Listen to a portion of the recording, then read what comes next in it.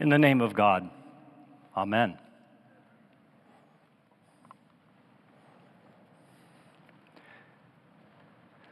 Perhaps you noticed, last Sunday was the Academy Awards. It's kind of hard to miss. Did your favorite film win an award?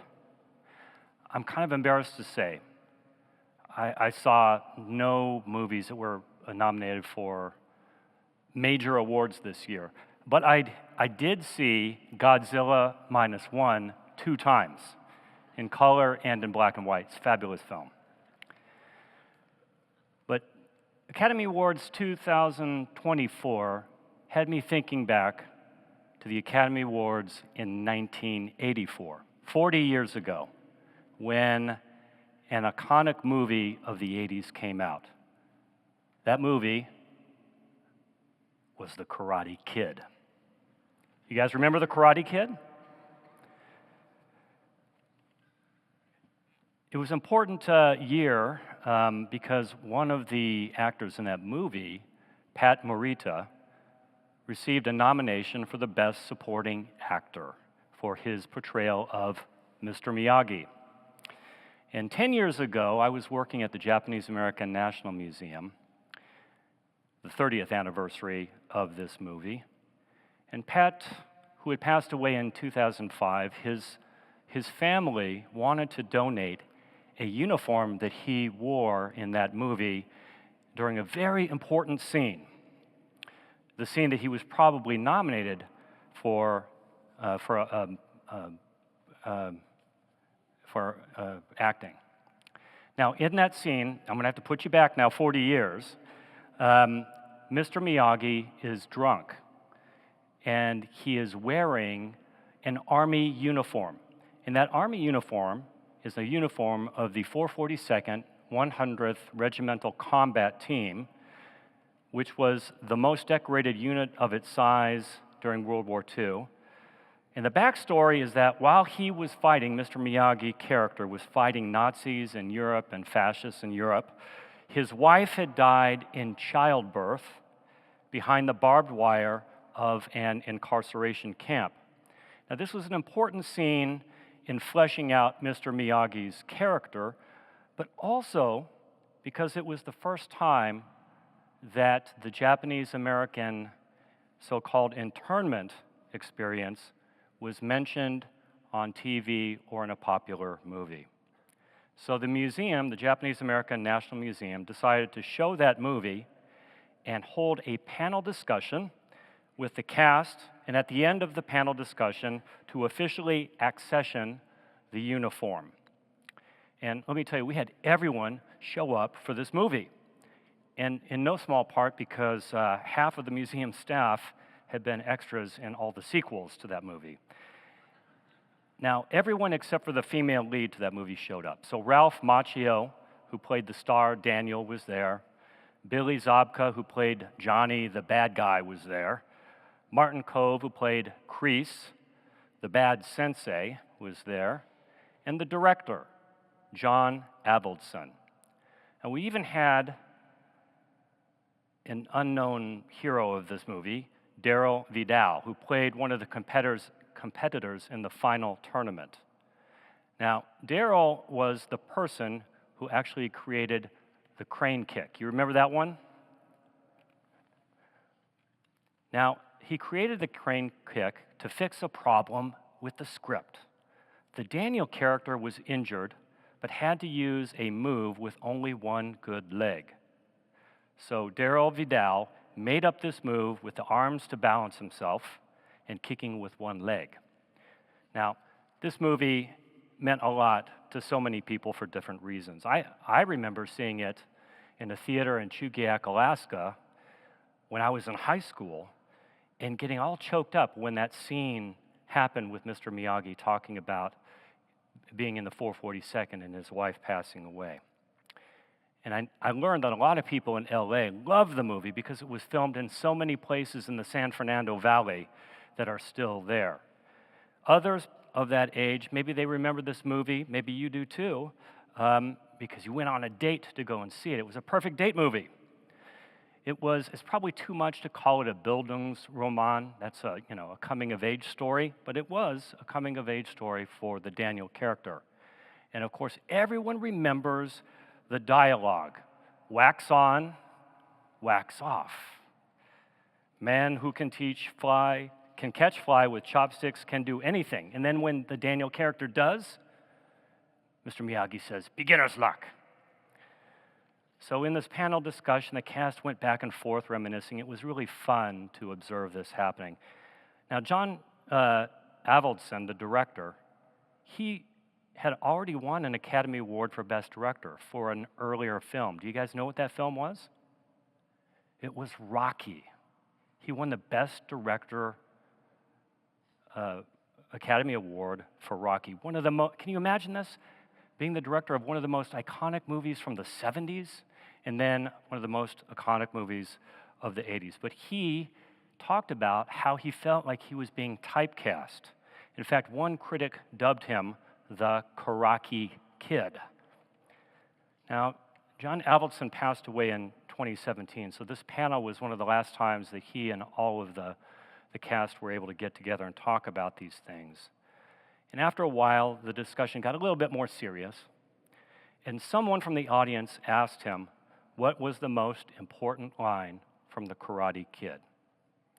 And he said, well, it came almost by accident, but it happened in this scene where Daniel is getting ready to go to the dance or go to prom with the girlfriend character, and all of those cars that Daniel had done the wax on, wax off were arrayed in his yard, in Miyagi's yard. And Mr. Miyagi says, take anyone that you want. And he climbs into this 1947 yellow Ford. And this is the line. Almost didn't make it in the movie. Daniel turns to Mr. Miyagi and he says, you are the best friend I ever had.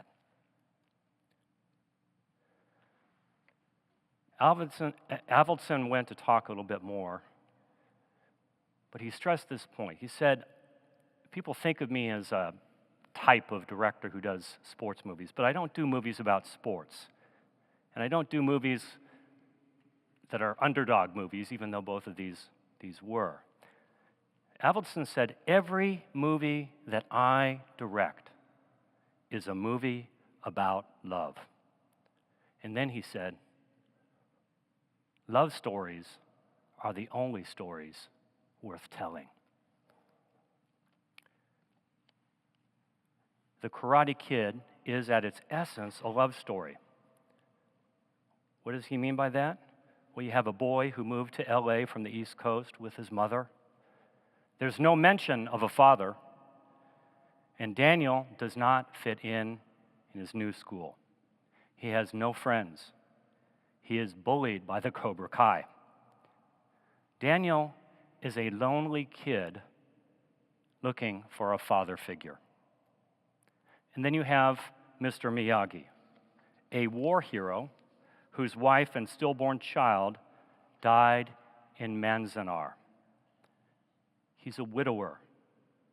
He's a frustrated, almost father with no kid. And somehow, these two misfits find each other. And they're drawn together for that mutual need for a familial bond, the human connection, the only real need, the need that we all have, every one of us, the need to love and to be loved. Avildsen, funnily enough, said the same thing is true about Rocky. Now, people think of Rocky as possibly one of the greatest sports movies ever filmed. Or people think of it as, I said before, an underdog story. And think of those fight scenes.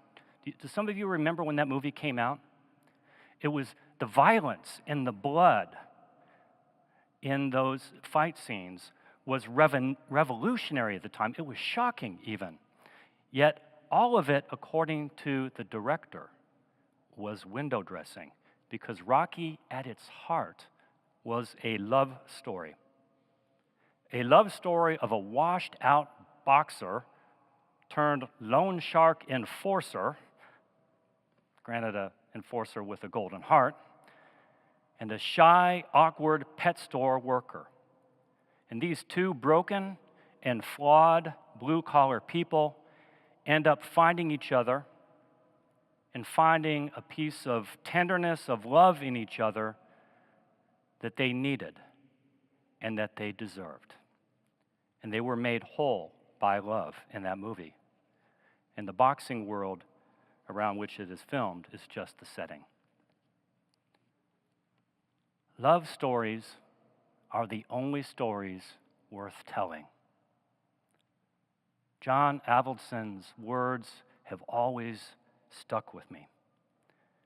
They have even become a lens through which I read the Gospels, like the one today, where Jesus talks about what is to come and what faith in him demands of his followers. Now, next Sunday is Palm Sunday, Jesus' humble entry into Jerusalem as he makes his way to the cross. And the following week, we will read about the betrayal, the trials, the denials, the scourging, and that lonely walk to Calvary's hill. But the Passion story is a story about suffering. And the Passion story is a story about redemption and a story about sacrifice. But ultimately, it is a story about love. God's love for a broken humanity, so much so that he gave his only begotten Son, Jesus, to redeem it, to redeem us in all of our flaws, in all of our messiness. Now, today, the fifth Sunday in Lent, we come towards the end of Lent. We begin thinking about entering into Holy Week and ultimately Easter resurrection. And as we do, I'll be thinking about everything that Jesus endured to bring light and life to the world. I'll contemplate the many ways in which we and which I participate in the very betrayals, denials, and scourging as those biblical characters whenever I turn away from the goodness that God made us for. And I will especially reflect on the great love that God has for us, that in spite of these failings, his is a love story. And he loves us. He loves us from the beginning to the very end. Amen.